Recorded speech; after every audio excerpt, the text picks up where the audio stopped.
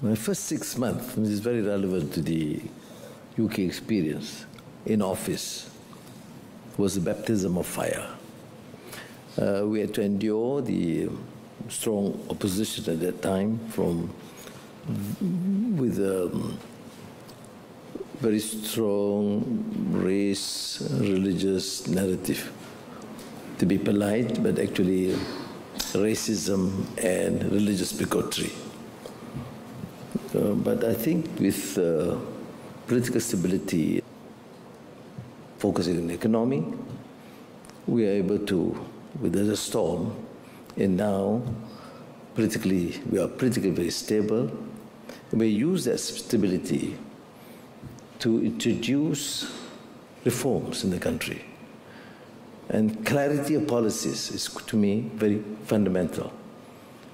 That includes the Industrial Master Plan or the Energy Transition Roadmap or Semiconductor Strategy and a number of various other policies that would be able to spearhead the new direction for the country. Now, of course, an effective implementation of such programs. So there must be a commitment for administrative or civil service reform, Fiscal Responsibility Act in place, because continuous deficit is no longer tenable as a economic policy. So I think we have passed that stage now. And we have built camaraderie, friendship, and strong bonds within ASEAN. So once I assume the chairmanship of ASEAN, things becomes very easy because we're dealing with not only leaders in neighboring countries, but strong, trusted friends. And that's why, as you alluded to earlier, ASEAN places its focus on ASEAN energy grid, which covers from Laos, Thailand, Malaysia, Singapore, up to Sarawak, Indonesia, and covering countries, most of our countries. Then we have programs, new policies, approaches with neighbors like Johor, Singapore Economic Zone,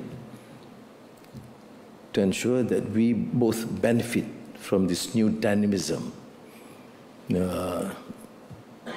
and propel this area in the south of Peninsula to Singapore, and of course covering areas surrounding Singapore, which includes Indonesia. In the north of Malaya, because of somewhat a problem with Myanmar and also minor skirmishes in South Thailand, we embarked on this series of discussions with the Thai authorities to ensure that peace is stabilized by focusing on economic development to the poorer sub-regions in the south of Thailand and in the north of Malaya.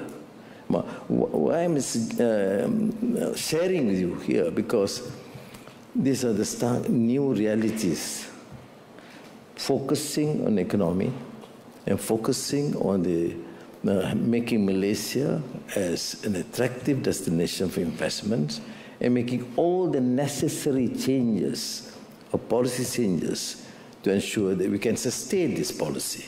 But beyond this, we are talking about region.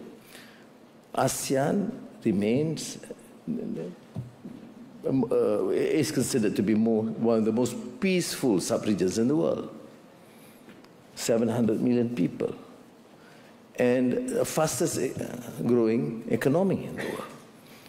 We have absolutely no serious issues with our neighbors. I mean, yes, there is this outstanding issue with Myanmar, but the ASEAN consensus is there. Yes, we have to resolve, but based on certain principles, the 5-point consensus. And we're engaging with the Myanmar authorities now, both the junta and the opposition. So I think that is the position that we take. then we have to move. We are fortunate, as you have heard. I don't intend to read and give you more details because of the governor here, Secretary General, Treasury here, meeting minister and the ministers here. That's their job. If I start giving all these details, they will be irrelevant after this. And most of the figures are quite known to you. And but beyond that, you see, ASEAN understands that there's limitations. And of course, there's uncertainty. They say unpredictability due to the ascension of Trump as President of the United States. I don't share that view necessarily, because finally, when leaders assume responsibility, they will cater for the interests of their country and what be of course, immediate benefit, but will require a global sort of undertaking and relations, both economic, trade and investments.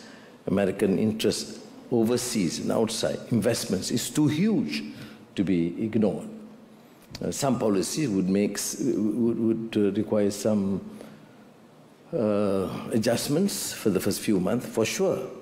But in my discussions from the President of China to leaders in ASEAN to UAE and Saudi Arabia, of course there are concerns, but generally people are still optimistic.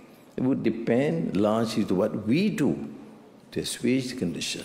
For example, Malaysia then takes on this role of building this cohesiveness and integrated network, post-digital, interconnection, joint investments, joint position vis-à-vis governance in ASEAN, energy transition, grid, energy, and also the ASEAN energy grid. But at the same time, we explore new areas.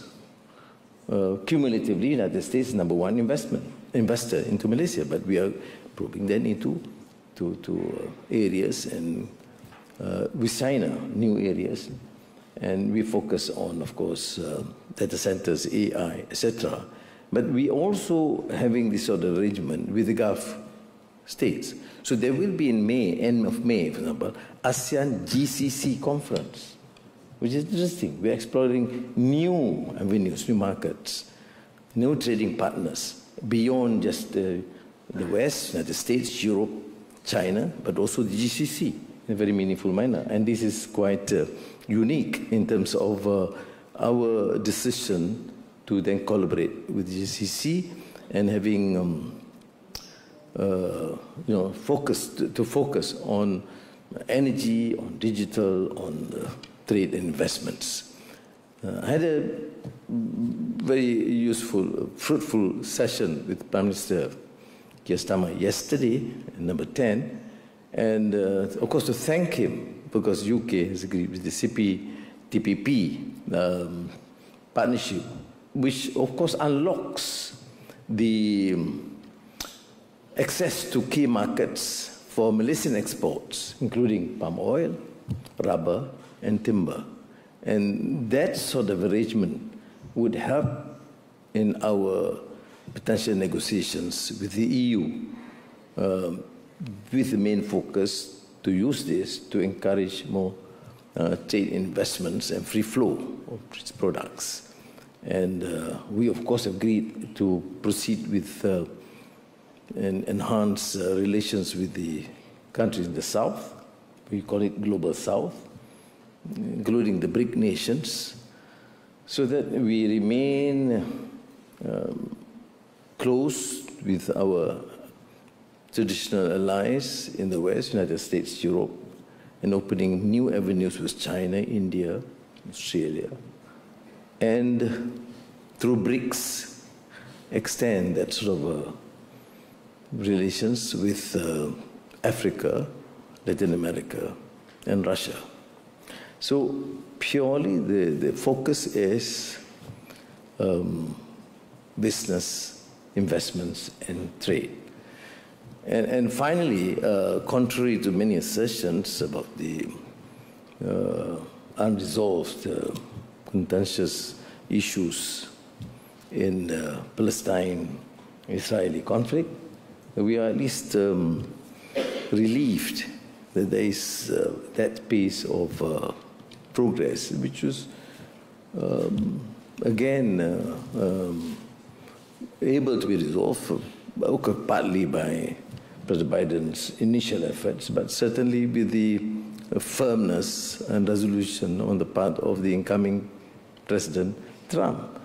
I did discuss with Steve Witkoff in Abu Dhabi, who is the designated chief for the Trump administration in the Middle East, who said, contrary to the past assertions, they will have to, of course, deal with Israel and the Palestinian authorities and Hamas.